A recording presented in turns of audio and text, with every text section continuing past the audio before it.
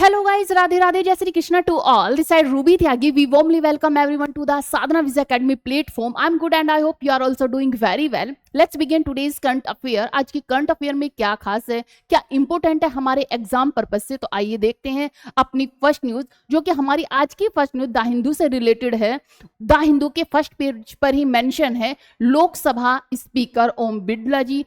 और किससे रिलेटेड ये न्यूज है, तो ये है इलाहाबाद के जस्टिस यशवंत वर्मा से रिलेटेड। क्या हुआ था, अभी कुछ टाइम पहले ही इसी न्यूज के चलते हुए हमारे उपराष्ट्रपति ने अपना रिजाइन दिया था। और ये क्यों हुआ था, क्योंकि लोकसभा और राज्यसभा में यशवंत वर्मा के खिलाफ, उनके खिलाफ भ्रष्टाचार के लिए उन पर महाभियोग चलाना था। क्योंकि जैसे कि आप सब जानते हैं और मैंने आपको पहले भी बताया है कि किसी भी जस्टिस को या चीफ जस्टिस को अगर हमें हटाना है तो उसके लिए हमें महाभियोग की प्रक्रिया चलानी पड़ती है, इम्पीचमेंट का प्रोसेस फॉलो करना पड़ता है, इसके बाद ही हम उन्हें हटा सकते हैं। तो महाभियोग के लिए प्रस्ताव लाना होता है लोकसभा या फिर राज्यसभा, लेकिन यहाँ पर दोनों में ही प्रस्ताव लाया गया था, राज्यसभा में विपक्ष के द्वारा, लोकसभा में ओम बिरला जी के पास में। तो इसी के चलते उपराष्ट्रपति ने अपना रिजाइन दे दिया था। अभी क्या हुआ है कि यशवंत वर्मा के खिलाफ जो महाभियोग चलाया जा रहा था उसमें 146 सांसदों ने अपने हस्ताक्षर किए थे। उसी से रिलेटेड ये न्यूज है कि क्या हुआ है कि लोकसभा अध्यक्ष ओम बिरला ने मंगलवार को इलाहाबाद हाई कोर्ट के न्यायमूर्ति यशवंत वर्मा, कौन थे, यशवंत वर्मा को हटाने की प्रक्रिया शुरू की है। यह कदम 146 सांसदों द्वारा हस्ताक्षरित एक प्रस्ताव को स्वीकार करने और तीन सदस्य जांच समिति गठित करने के बाद उठाया गया। जांच समिति में कौन कौन शामिल है, कौन कौन सदस्य शामिल होते हैं, तो आइए देखते हैं कि न्यायमूर्ति अरविंद कुमार जो कि सुप्रीम कोर्ट के क्या है, जस्टिस हैं, न्यायमूर्ति मनिंदर मोहन श्रीवास्तव जो कि मद्रास हाई कोर्ट के मुख्य न्यायाधीश हैं, और वरिष्ठ अधिवक्ता BV आचार्य जो कि कर्नाटक हाई कोर्ट के जस्टिस हैं।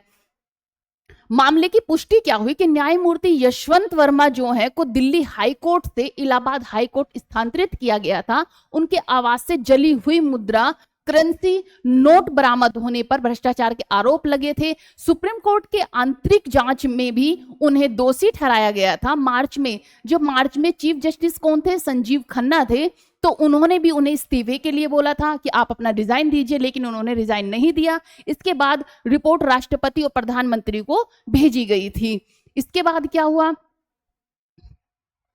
कि जो संविधान के प्रावधान है, किस किस प्रावधान, कौन से अनुच्छेद के तहत उन पर हम कार्रवाई करा सकते हैं, तो आर्टिकल 124, आर्टिकल 217 और आर्टिकल 218 के तहत यह कार्रवाई की जा रही है। न्यायाधीशों की जांच और हटाने की प्रक्रिया जज इंक्वायरी एक्ट 1968 के तहत 1968 की धारा 3 सब क्लॉज 2 के अनुसार है। लोकसभा अध्यक्ष का बयान क्या है, यह मामला भ्रष्टाचार से जुड़ा है और संसद को एक स्वर में शून्य सहिष्णुता, जीरो टॉलरेंस का संदेश देना चाहिए। न्यायपालिका में भरोसा न्यायाधीशों के चरित्र, वित्तीय और बौद्धिक ईमानदारी पर टिका होता है।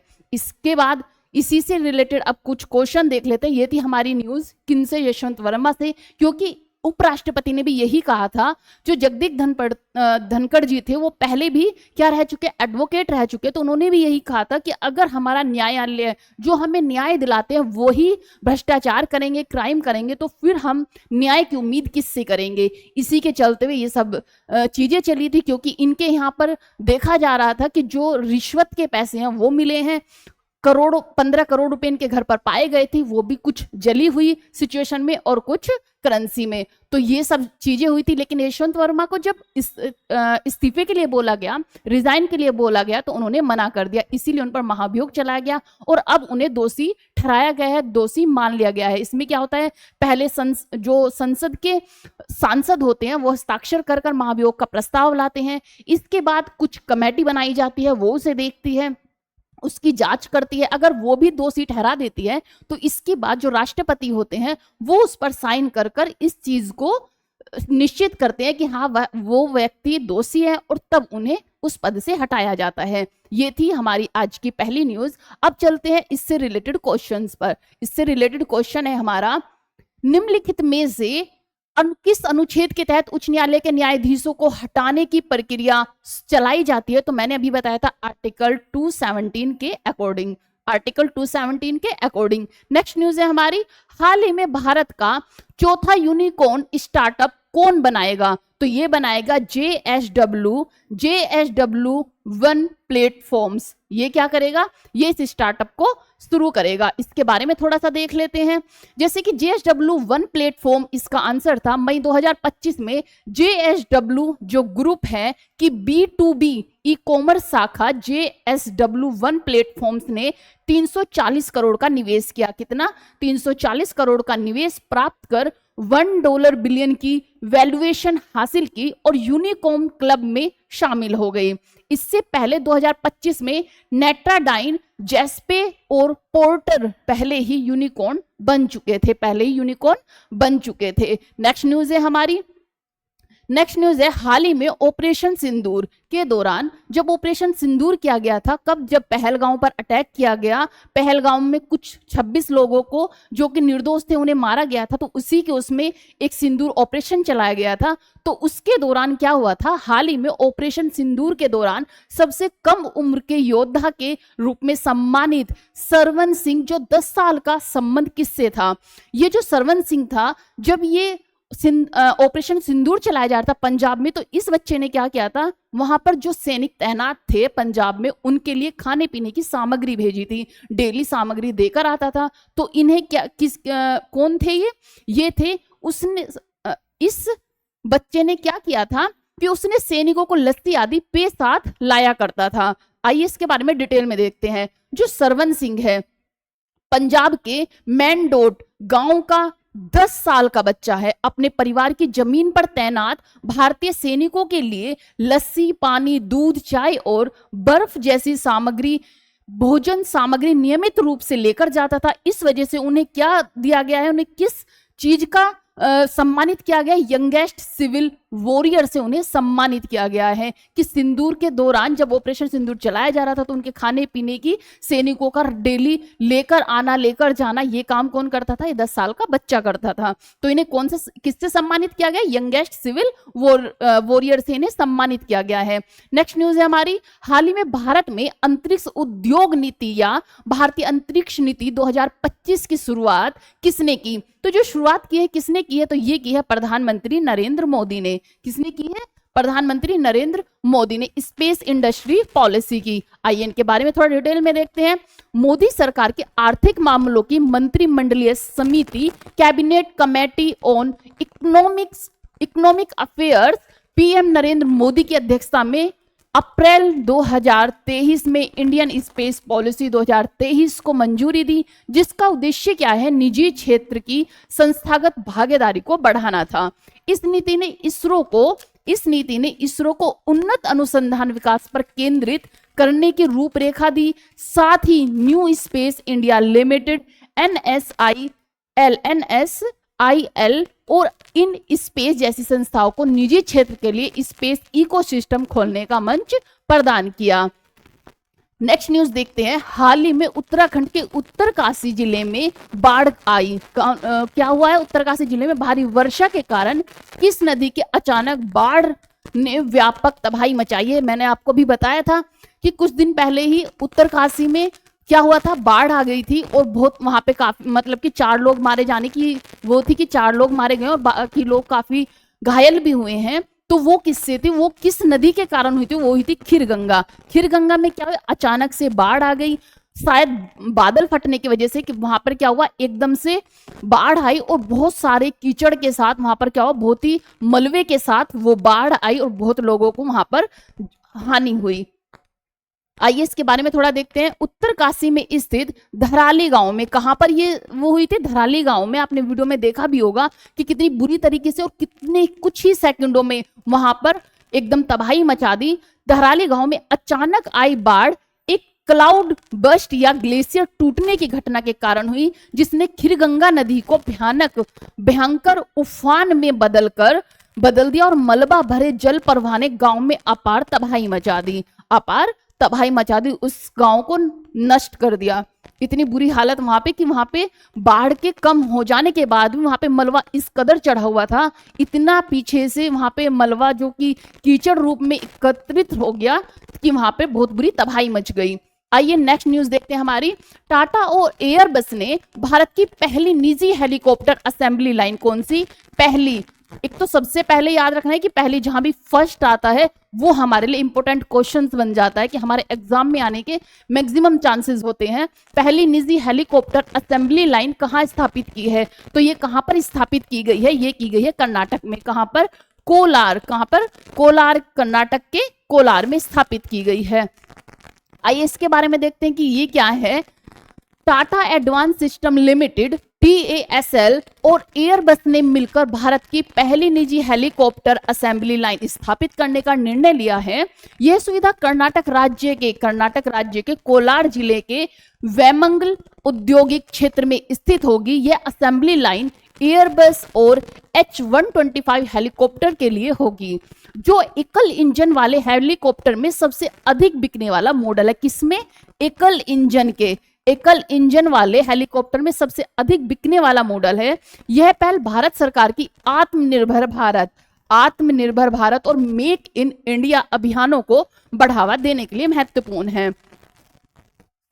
इस परियोजना के तहत पहले चरण में क्या होगा? वार्षिक 10 हेलीकॉप्टर का उत्पादन किया जाएगा और भविष्य में उत्पादन अक्षमता को बढ़ाने के लिए योजना है। यह भारत को H-125 असेंबली लाइन स्थापित करने वाला चौथा देश बनाएगा। इससे पहले कौन कौन है? फ्रांस है पहले नंबर पर, सेकंड अमेरिका और थर्ड है ब्राजील में ऐसी सुविधाएं हो चुकी है। ये चौथी होगी, हमारा देश चौथे नंबर पर बन जाएगा ये जो मॉडल है रेडी होने के बाद। आइए नेक्स्ट न्यूज देखते हैं। हाल ही में कोलंबिया के बोगोटा अंतरराष्ट्रीय पुस्तक मेले में भारत को विशिष्ट अतिथि देश के रूप में नामित किया गया है। यह घोषणा कहाँ की गई? तो यह घोषणा कहाँ पर की गई? ये की गई कोलंबिया के विदेश मंत्रालय में। कहाँ पर? कोलंबिया के विदेश मंत्रालय के बोलीवर हॉल में। कहाँ पर? बोलीवर हॉल में की गई है। आइए इसके बारे में देखते हैं कि ये जो भारत को विशिष्ट अतिथि देश के रूप में नामित करने की घोषणा 5 अगस्त 2025 को कब की गई? 5 अगस्त 2025 को कोलंबिया के विदेश मंत्रालय के बोलीवर हॉल में की गई थी। इस समारोह में भारत के राजदूत कौन गए थे? श्री वलल हुमा, कोलंबिया के सांस्कृतिक मंत्री, फिल्बो के निर्देशक कोर फेलियस के अध्यक्ष और कोलंबियाई पुस्तक चैम्बर के कार्यकारी अध्यक्ष सहित कई प्रमुख व्यक्ति उपस्थित थे। तो ये कहां पर की गई है? कोलंबिया के विदेश मंत्रालय के बोलीवर, कहां पर? बोलीवर हॉल में की गई थी। आइए नेक्स्ट न्यूज देखते हैं हमारी कि IIT दिल्ली और IIT गांधीनगर ने किस विषय पर एक साझा अध्ययन किया है? तो किस विषय पे किया है? तो ये किया है जिला बांध गंभीरता सूचकांक पर साझा अध्ययन किया है। ये क्या है?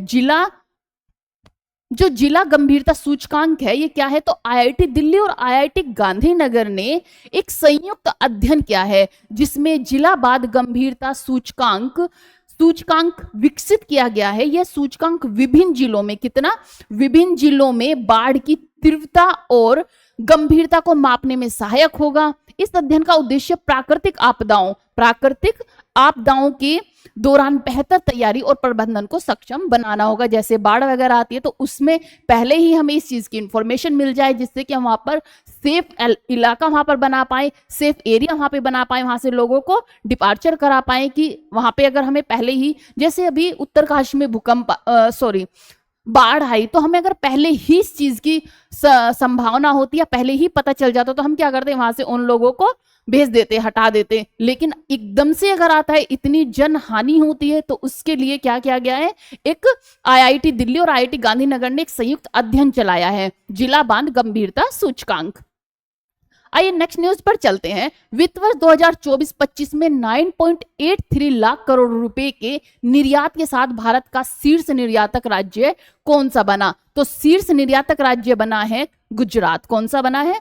गुजरात। आइए देखते हैं, इसके बारे में भी थोड़ा सा देख लेते हैं कि गुजरात कैसे हमारा शीर्ष निर्यातक बना है। वित्त वर्ष 2024-25 में, वित्त वर्ष 2024-25 में गुजरात ने लगभग कितना 9.83 लाख करोड़ रुपए के निर्यात के साथ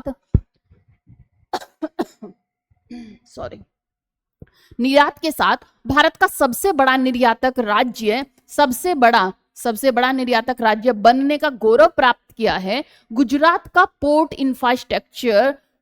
इंफ्रास्ट्रक्चर और औद्योगिक क्षेत्र निर्यात को बढ़ावा देने में अहम भूमिका निभाते हैं। यह स्थिति गुजरात की आर्थिक विकास में निरंतर वृद्धि और वैश्विक व्यापार में मजबूती का संकेत है। तो फर्स्ट नंबर पे शीर्ष राज्य कौन सा बना है? वो बना है गुजरात, भारत का गुजरात बना है। नेक्स्ट न्यूज है हमारा, 8 अगस्त को सरकारी ई मार्केट प्लेस ने अपना कौन सा स्थापना दिवस बनाया? तो ये बनाया है 5वां स्थापना दिवस। कौन सा? 5वां स्थापना दिवस बनाया है। आइए इसके बारे में देखते हैं। सरकारी ई मार्केट प्लेस भारत सरकार की एक पहल है जो कि सार्वजनिक खरीद प्रक्रिया को सरल, पारदर्शी और कुशल बनाने के लिए 8 अगस्त 2016 को स्थापित की गई थी। कब स्थापित की गई थी ये? तो ये की गई थी 8 अगस्त 2016 को स्थापित की गई थी। अगस्त 2025 में जैम ने अपने 5वें स्थापना दिवस, 9वां स्थापना दिवस का आयोजन किया, जिसमें इसके कार्यों, उपलब्धियों और भविष्य की योजनाओं का जश्न मनाया गया। तो ये कौन सा स्थापना दिवस था? ये था 5वां स्थापना दिवस। नेक्स्ट न्यूज देखते हैं हम। नेक्स्ट न्यूज है हमारी, टाटा ऑटो कंपनी ने हाल ही में किस समूह के अधिग्रहण या सहयोग के तहत नई उत्पादन सुविधा स्थापित करने की योजना बनाई है? तो ये बनाई है इंडियन एयरस्पेस कंसोर्टियम ने। किसने? IAC, इंडियन एयरस्पेस कंसोर्टियम ने। देखते हैं इंडियन एयरस्पेस कंसोर्टियम क्या है। ये टाटा ऑटो कंपनी ने इंडिया एयरस्पेस कंसोर्टियम के साथ मिलकर नई उत्पादन सुविधाएं स्थापित करने की योजना बनाई है, जो भारतीय एरोस्पेस को मजबूत करने की मदद करेगा। यह कदम मेक इन इंडिया की पहल को भी बढ़ावा देगा। जो हमने एक मेक इन इंडिया जो अपना एक बनाया है कि हम मेक इन इंडिया बनाएंगे, उसके भी बढ़ावा देगा, उस फील्ड में भी क्या करेगा? बढ़ावा देगा। आइए नेक्स्ट चलते हैं। नई गिव विज्ञान की डॉक्टर एडे मोला जी को शांति और सद्भाव के लिए कौन सा पहला वैश्विक पुरस्कार दिया गया है? तो जो पुरस्कार दिया गया, ये दिया गया है स्वामीनाथन पुरस्कार। कौन सा? स्वामीनाथन पुरस्कार दिया गया है। स्वामीनाथन पुरस्कार, आइए देखते हैं। स्वामीनाथन पुरस्कार डॉक्टर एडे मोला जी, जो नई गिव विज्ञान के क्षेत्र में कार्यरत हैं, को शांति और सद्भाव के लिए पहली बार ये दिया गया है। पहली बार वैश्विक स्तर पर पहली बार दिया गया है। स्वामीनाथन पुरस्कार से सम्मानित किया गया है। यह पुरस्कार उनके उत्कृष्ट कार्य और सामाजिक योगदान के लिए दिया जाता है। किसके लिए दिया जाता है? ये उनके उत्कृष्ट कार्य के लिए और जो सामाजिक योगदान है उसके लिए पुरस्कार दिया जाता है। आइए नेक्स्ट देखते हैं। हमारी नेक्स्ट न्यूज क्या है? पूर्व IAS अधिकारी S राधा चौहान, कौन है? S राधा चौहान को किस आयोग का नया अध्यक्ष नियुक्त किया गया है? तो किस आयोग का नियुक्त किया गया? तो ये किया गया है अक्षमता निर्माण आयोग का। किसका? अक्षमता निर्माण आयोग का अध्यक्ष नियुक्त किया गया है। आइए देखते हैं इनके बारे में थोड़ा डिटेल में। पूर्व IAS अधिकारी S राधा चौहान को भारत सरकार द्वारा क्षमता निर्माण आयोग का नया अध्यक्ष नियुक्त किया गया है। यह आयोग सरकारी अधिकारियों और कर्मचारियों की कौशल विकास और प्रशिक्षण और प्रशासनिक दक्षता बढ़ाने के लिए काम करता है। नेक्स्ट न्यूज है हमारी, NIT कालीकट किस महत्वपूर्ण केंद्र के रूप में भारत में पहला केंद्र स्थापित हुआ है? तो ये हुआ है स्टीम उत्प्रेरक केंद्र। आइए इसके बारे में भी डिटेल में देखते हैं कि क्या है ये। NIT कालीकट भारत में पहला संस्थान बन गया है। कौन सा संस्थान बना है? पहला संस्थान बन गया है जिसने स्टीम उत्प्रेरक केंद्र स्थापित किया है। ये केंद्र विज्ञान, प्रौद्योगिकी और इंजीनियरिंग और गणित स्टीम के क्षेत्र में नवाचार और उद्यमशीलता को बढ़ावा देगा। स्टीम क्या है? इनोवेशन। आई से क्या है? Innovation in science, technology, engineering and mathematics के केंद्र का उद्देश्य युवाओं को विज्ञान और प्रौद्योगिकी में सक्रिय रूप से भाग लेने के लिए प्रोत्साहित करता है। ये प्रोत्साहित करता है। आइए नेक्स्ट न्यूज है हमारी। जून 2025 में दुनिया के व्यापार जगत को शीर्ष 10 सबसे शक्तिशाली लोगों में निविडा NVIDIA न्वीडिया के CEO जेम्स होंग को कौन सा स्थान मिला है? तो ये मिला है फर्स्ट स्थान। कौन सा? पहला स्थान मिला है। आइए इनके बारे में भी थोड़ा डिटेल में देखते हैं। जून 2025 में न्वीडिया के CEO जेमसन होंग को दुनिया का व्यापार जगत के कितना? दुनिया के व्यापार जगत के शीर्ष 10 सबसे शक्तिशाली लोगों में पहला स्थान दिया गया है। पहले जो 10 लोग हैं उनमें पहले जो 10 लोगों में सबसे शक्तिशाली व्यक्ति का क्या दिया गया है? सम्मान दिया गया है, प्राप्त हुआ है। उनके टेक्नोलॉजी क्षेत्र में योगदान नवाचार और वैश्विक प्रभाव को दर्शाता है। न्वीडिया के ग्राफिक्स प्रोसेसिंग यूनिट टेक्नोलॉजी ने आर्टिफिशियल इंटेलिजेंस किसमें? AI में और गेमिंग जैसे क्षेत्रों में क्रांति ला दी है, जिससे उनकी शाख और प्रभाव बढ़ा है। तो उन्हें क्या मिला है? पहला स्थान मिला है 2025 में दुनिया के व्यापार जगत के शीर्ष 10 में शीर्ष 10 में शक्तिशाली लोगों में न्वीडिया के CEO कौन है? जेमसन होंग को कौन सा स्थान मिला है? पहला स्थान मिला है। आइए नेक्स्ट न्यूज चलते हैं हमारी। नेक्स्ट न्यूज है NCERT पाठ्यक्रम में निम्नलिखित में से किस विषय पर अध्ययन शामिल है? Field marshal Sam Manekshaw, brigadier Mohammad Usman और मेजर सोमनाथ शर्मा।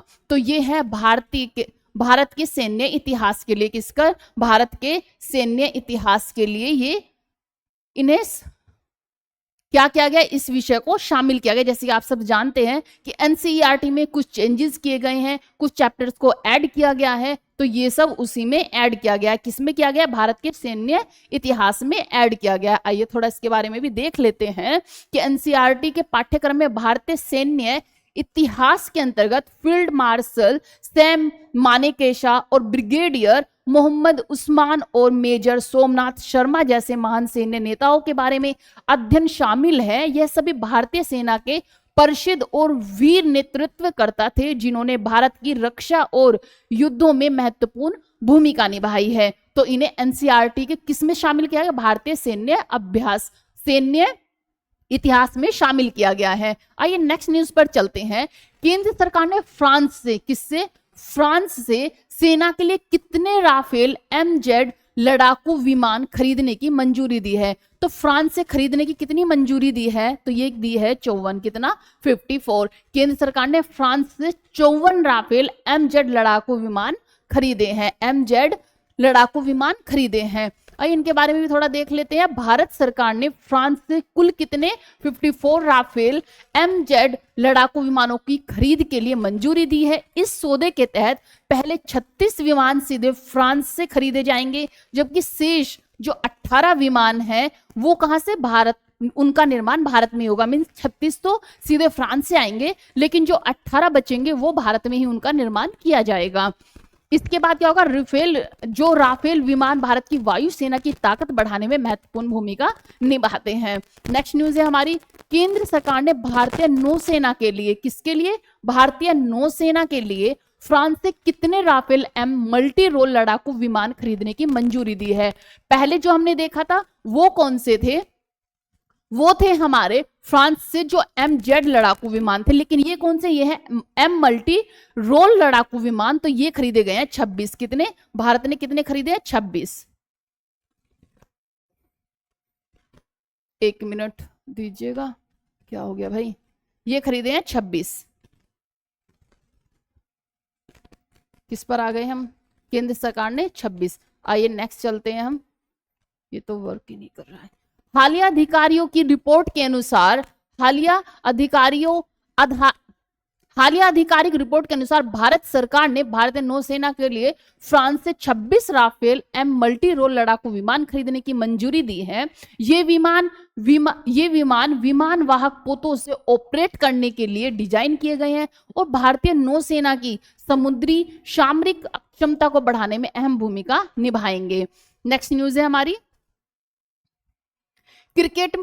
क्रिकेट में सेवाओं के लिए किसे ब्रिटिश नाइटहुड की उपाधि से सम्मानित किया गया है? तो ये किया गया जेम्स एंडरसन को। किसे? जेम्स एंडरसन को।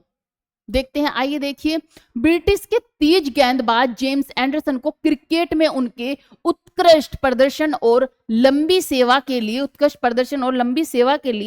ब्रिटिश नाइटहुड की उपाधि से सम्मानित किया गया है। वह इंग्लैंड के इतिहास के सबसे सफल गेंदबाजों में से एक है। इंग्लैंड के इतिहास के सबसे सफल गेंदबाजों में से एक है। इन्हें नाइटहुड से सम्मानित किया गया है। किन्हें? एंडरसन को, जो कि तेज गेंदबाज है। कहां के? इंग्लैंड के। ब्रिटिश के तेज गेंदबाज हैं जेम्स एंडरसन। नेक्स्ट न्यूज है हमारी, डीआरडीओ ने हाल ही में किस लेजर निर्देशित हथियार प्रणाली का सफल प्रशिक्षण किया है? तो वो क्या है? MK2A का। किसका? MK2A का सफल प्रशिक्षण किया है। इसके बारे में थोड़ा देखते हैं कि डीआरडीओ ने हाल ही में MK2A का नामक लेजर निर्देशित हथियार प्रणाली का सफल प्रशिक्षण किया है। यह अत्याधुनिक तकनीक लक्ष्यों को सटीकता से मारने में सक्षम बनाती है और भारतीय रक्षा अक्षमताओं को मजबूत करती है। कौन सी है ये? तो ये है MK2A। नेक्स्ट न्यूज पर चलते हैं हम, IIC पुरुष क्रिकेट समिति का नया अध्यक्ष किसे नियुक्त किया गया है? तो ये किसे किया गया? सौरव गांगुली को। किसको? सौरव गांगुली को नियुक्त किया गया है। इनके बारे में भी थोड़ा देखते हैं। भारतीय क्रिकेट के पूर्व कप्तान सौरव गांगुली को हाल ही में ICC पुरुष क्रिकेट समिति का अध्यक्ष नियुक्त किया गया है। यह पद क्रिकेट के विकास, नियमों और नीतियों के निर्धारण में महत्वपूर्ण भूमिका निभाता है। तो किसे किया गया है? सौरव गांगुली को बनाया गया ICC के अध्यक्ष समिति, ICC पुरुष क्रिकेट के समिति का अध्यक्ष बनाया गया है। आइए नेक्स्ट चलते हैं। नेक्स्ट क्वेश्चन है हमारा, सुप्रीम कोर्ट SC वर्गीकरण अधिनियम लागू करने वाला पहला राज्य कौन सा बना? भारत का पहला राज्य कौन सा बना है? तो वो बना है तेलंगाना। कौन सा? तेलंगाना। इसके बारे में डिटेल में देखते हैं। तेलंगाना पहला राज्य बना है जिसने अनुसूचित जाति, कौन सी? अनुसूचित जाति वर्गीकरण अधिनियम लागू किया है। इसका उद्देश्य अनुसूचित जाति समुदाय के भीतर उप समूह की पहचान करके उनके लिए आरक्षण और अन्य लाभों को न्याय संगत रूप से वितरित करना है। यह कदम सामाजिक न्याय को बढ़ावा देने के लिए महत्वपूर्ण माना जाता है। नेक्स्ट न्यूज है हमारी, सरकारी ई मार्केट प्लस ने अपना 9वां स्थापना दिवस कब मनाया? तो ये बनाया 8 अगस्त 2025 को। कब? 8 अगस्त 2025 को। इसके बारे में थोड़ा सा देखते हैं कि क्या है ई मार्केट प्लस। सरकारी ई मार्केट प्लस ने अपना 8 अगस्त 2025 को 9वां स्थापना दिवस बनाया है। यह प्लेटफॉर्म भारत सरकार के सार्वजनिक खरीद को डिजिटलीकरण और पारदर्शिता के साथ संचालित करने में महत्वपूर्ण भूमिका निभाती है। यह पहल डिजिटल इंडिया और आत्मनिर्भर भारत का मिशन का हिस्सा है। नेक्स्ट क्वेश्चन है हमारा, वर्ष 1963 के बाद पहली बार किस कंपनी के यान से सभी महिलाएं चालक दल ने अंतरिक्ष यात्रा की? तो वो है ब्लू ओरिजिन। किससे? ब्लू ओरिजिन से जो महिला चालक दल है उन्होंने अंतरिक्ष यात्रा की है। किसने? 1963 के बाद। कब की गई थी? पहले 1963 के बाद पहली बार। अब की गई है कब? ब्लू ओरिजिन से। आइए इनके बारे में थोड़ा देख लेते हैं कि क्या है ये। 1963 के बाद पहली बार ब्लू ओरिजिन के यान ने एक अंतरिक्ष मिशन में सभी महिला चालक दल को भेजा था। इसमें कौन गई थी? सभी महिला चालक थी जो इस अंतरिक्ष पर भेजा गया था इस विमान में। यह मिशन महिलाओं की अंतरिक्ष महिलाओं की अंतरिक्ष में भागीदारी को बढ़ावा देना और उनकी अक्षमताओं को दिखाने के लिए एक महत्वपूर्ण कदम था। तो ये भेजा गया था कौन सा, ब्लू ओरिजिन में भेजा गया था। नेक्स्ट है भारत ने किस प्राचीन बुद्ध स्थल को यूनेस्को विश्व धरोहर सूची में शामिल करने के लिए नामांकित किया है? तो नामांकित किया है सारनाथ को। किसको? सारनाथ को। आइए इनके बारे में भी थोड़ा देखते हैं। भारत सरकार ने सारनाथ को 2025-26 के लिए यूनेस्को विश्व धरोहर सूची में शामिल करने के लिए नामांकित किया है। यह स्थल भगवान बुद्ध के पहले उपदेश स्थल के रूप में ऐतिहासिक महत्व रखता है। ऐसा कहा जाता है कि जो भगवान बुद्ध है उन्होंने जो अपना पहला उपदेश दिया था वो सारनाथ में दिया था। इसीलिए क्या किया गया है कि इसे यूनेस्को में नामांकित करने के लिए नामांकित किया है 2026 में, जो हमारा यूनेस्को में शामिल किया जाएगा। उसके लिए क्या किया गया, इनका नाम दिया गया है किसका, सारनाथ का। नेक्स्ट और लास्ट न्यूज है हमारी, किस भारतीय राज्य ने इनक्रेडिबल इंडिया डिजिटल प्लेटफॉर्म को फिर से लॉन्च किया है? तो ये क्या है, उत्तराखंड ने। किसने? उत्तराखंड ने। आइए इनके बारे में भी थोड़ा देख लेते हैं कि उत्तराखंड राज्य ने इनक्रेडिबल इंडिया डिजिटल प्लेटफॉर्म को फिर से लॉन्च किया है, जिससे राज्य के पर्यटन स्थलों को वैश्विक स्तर पर बढ़ावा मिलेगा। इससे क्या होगा, जो उत्तराखंड के जो यात्रा है, जो पर्यटन है, उन्हें क्या होगा, वैश्विक स्तर पर क्या मिलेगा, बढ़ावा मिलेगा। तो ये थी आज की हमारी करंट अफेयर। अगर आपको ये पसंद आई हो तो लाइक, शेयर और सब्सक्राइब जरूर करें और देखते रहें ऐसे ही मेरी सभी वीडियोस की करंट अफेयर को देखने के लिए मेरे चैनल को सब्सक्राइब करें। जय हिंद, जय भारत।